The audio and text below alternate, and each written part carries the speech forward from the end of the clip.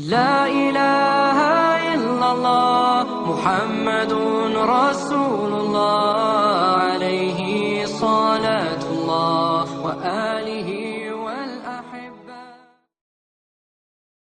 اعوذ باللہ من الشیطان الرجیم. بسم اللہ الرحمن الرحیم. ناظرین، آپ دیکھ رہے ہیں آئی ڈی ٹی وی اور معراج کا موضوع ہے حضرت شمعون علیہ السلام.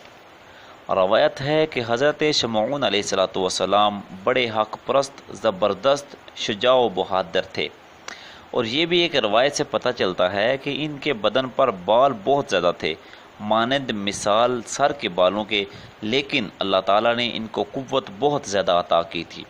اور ایک شہر کا نام غموزیہ ہے، کنارے دریائے روم کے. اس شہر کے بادشاہ کا نام فوتا تھا، اور وہ بڑا کافر تھا. اس نے ایک مکان بھی عالیشان دریا کے کنارے تیار کرایا تھا، اور اس مکان کے بڑے بڑے ستون تھے، اور وہ اس پر اپنا جشن منایا کرتا تھا. حضرت شمعون علیہ السلام 4 مہینے ہر سال اس بادشاہ سے جا کر لڑا کرتے تھے، اور اس کافر بادشاہ کا 6000 لشکر تھا. حضرت شمعون علیہ السلام سے وہ لشکر بھی لڑا کرتا تھا. حضرت شمعون علیہ السلام چونکہ بڑے بہادر تھے، اس لیے اکیلے ہی اس کافر بادشاہ کے لشکر میں گھس کر ہر مرتبہ تقریباً 1000 اس کے فوجی مار آتے تھے، اور کثیر تعداد میں مجروح ہو کر آتے تھے. پھر اس کے بعد وہ اپنے گھر میں بیٹھ کر اپنے خدا کی عبادت برابر کرتے رہتے تھے، اور 4 مہینے برابر مخلوق خدا کی ضیافت بھی بہت کرتے تھے، اور خدا تعالیٰ ان کافروں پر ہمیشہ ان کو غالب رکھتا تھا، اور اسی وجہ سے تمام کافر ان سے عاجز رہتے تھے.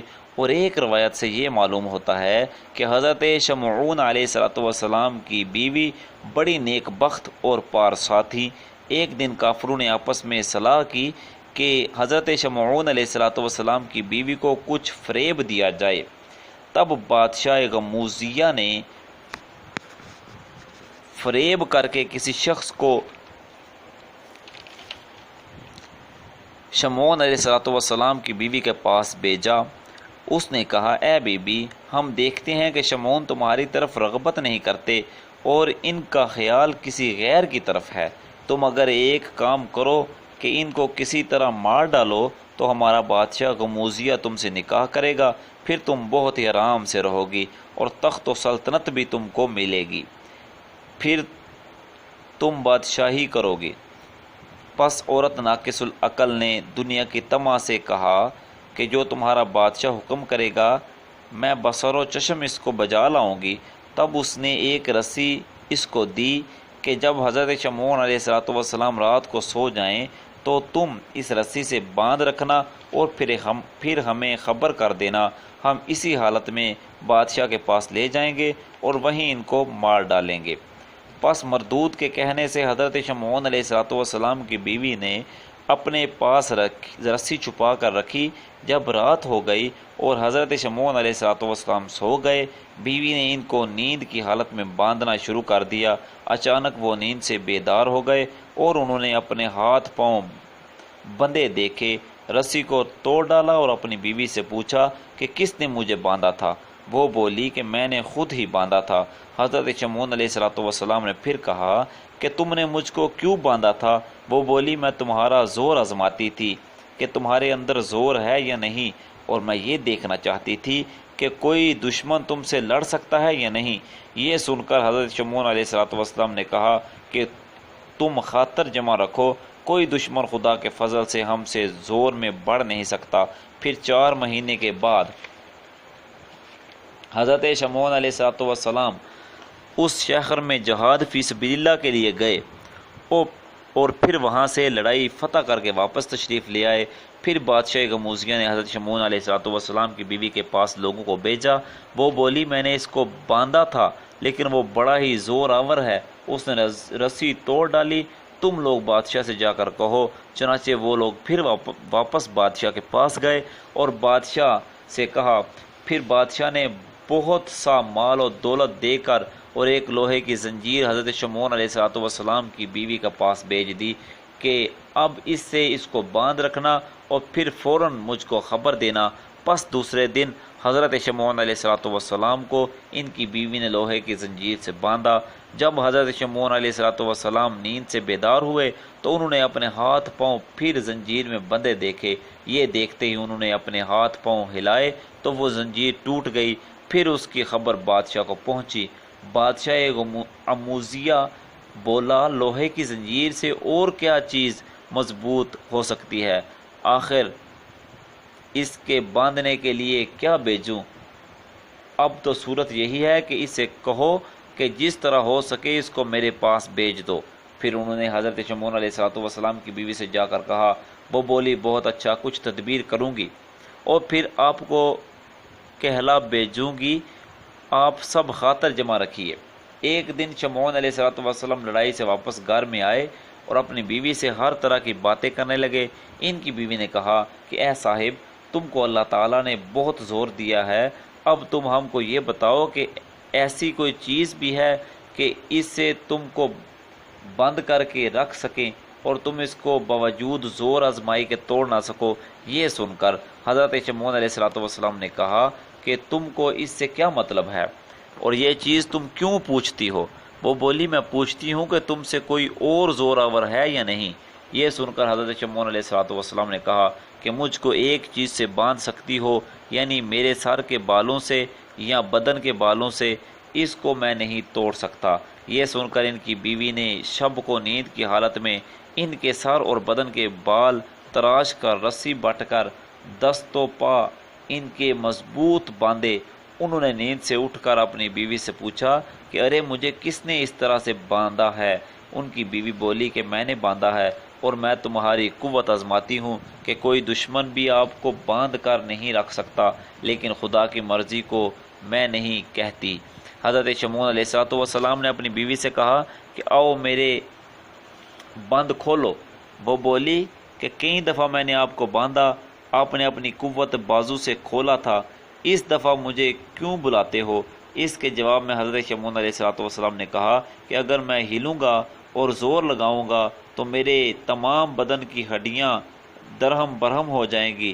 پس ان کی بیوی نے جب دریافت کیا کہ بال کے بند توڑنے کی ان کو طاقت نہ رہی، پھر بادشاہ اموزیہ کو خبر دی۔ یہ سنتے ہی اس ملعون نے 1000 مرد جنگی شتر سوار بھیجے۔ انہوں نے آ کر حضرت شمعون علیہ السلام کے ہاتھ پیر ناک کاٹ کر اور ان کی آنکھیں اور زبان نکال کر اونٹ پر لاد کر ان کافروں نے بادشاہ کے پاس حاضر کیا، اور سب کافر کہنے لگے کہ اب ہم سب شمعون سے محفوظ ہو گئے۔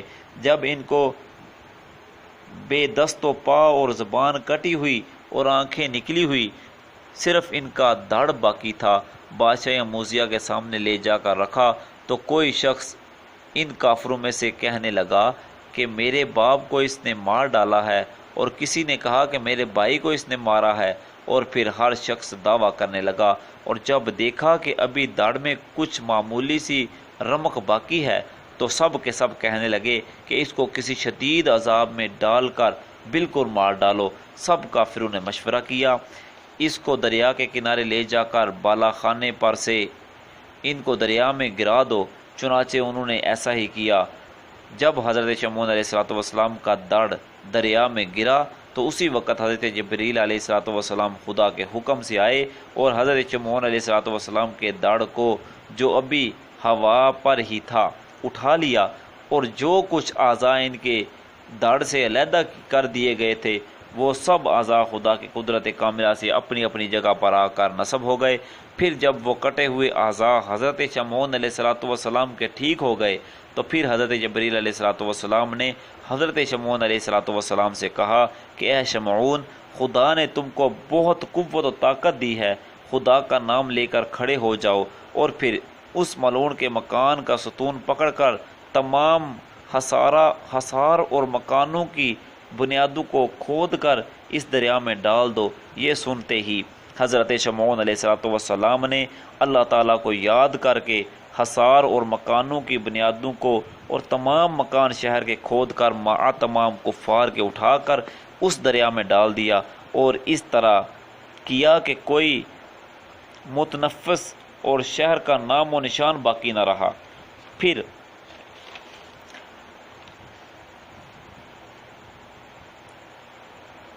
اس ملعون کے مکان کا ستون پکڑ کر تمام کا تمام اٹھا کر دریا میں ڈال دیا۔ پھر خدا کا شکر بجا لائے اور اپنے گھر پر جا کر اپنی بیوی کو مار ڈالنے کا قصد کیا۔ خدا کے حکم سے حضرت جبریل علیہ السلام آئے اور کہا، خدا تم کو فرماتا ہے کہ اپنی بیوی کو مت مار اور کوئی اذیت بھی مت دو، کیونکہ اس نے نادانی سے بادشاہ اموزیہ کی صلاح سے تم کو باندھ کر اس کے حوالے کیا تھا۔ چونکہ عورت ناقص العقل ہوتی ہے، تم اس کی یہ تقصیر معاف کرو اور اس کے ساتھ نیک سلوک کرو، خدا مالک ہے۔ یہاں تک تو یہ واقعہ قصص الانبیاء میں حضرت شمعون علیہ السلام کا بیان کیا گیا ہے، اور بعض تواریخ کی کتابوں میں اور بعض تفسیروں میں جیسے تفسیر مرادیہ اور جامع التواریخ میں شمعون علیہ السلام کو نبی کر کے نہیں لکھا ہے، بلکہ بلاد عرب میں بنی اسرائیل میں شمعون نام ایک عابد زاہد پارسا تھا۔ اولاً اس کو اللہ تعالیٰ نے بہت زور دیا تھا اور اس کی نیک کاری اور نیک نیتی کے سبب ثانیاً 1000 مہینے کی عمر اس کو بخشی، اور وہ 1000 مہینے تک روزے رکھتے تھے اور شب و روز عبادت کرتے تھے اور کافروں سے جہاد کرتے تھے، اور وہ ہر وقت نیک کام کرتے تھے جو ثواب کا باعث ہوتے تھے۔ ایک دن ان کی بیوی نے کافروں کی صلاح سے کافروں کے ہاتھوں سے ان کو مروا ڈالا، جس کا ذکر تفسیر مرادیہ میں لکھا ہے۔ میں اس واقعہ پر اکتفا کرتا ہوں۔ اللہ رب العزت جل جلالہ ہمیں حق سچ کی توفیق عطا فرمائے اور انبیاء کرام علیہ السلام کے نقش قدم پر چلنے کی توفیق عطا فرمائے۔ وآخر دعوایا ان الحمد للہ رب العالمین۔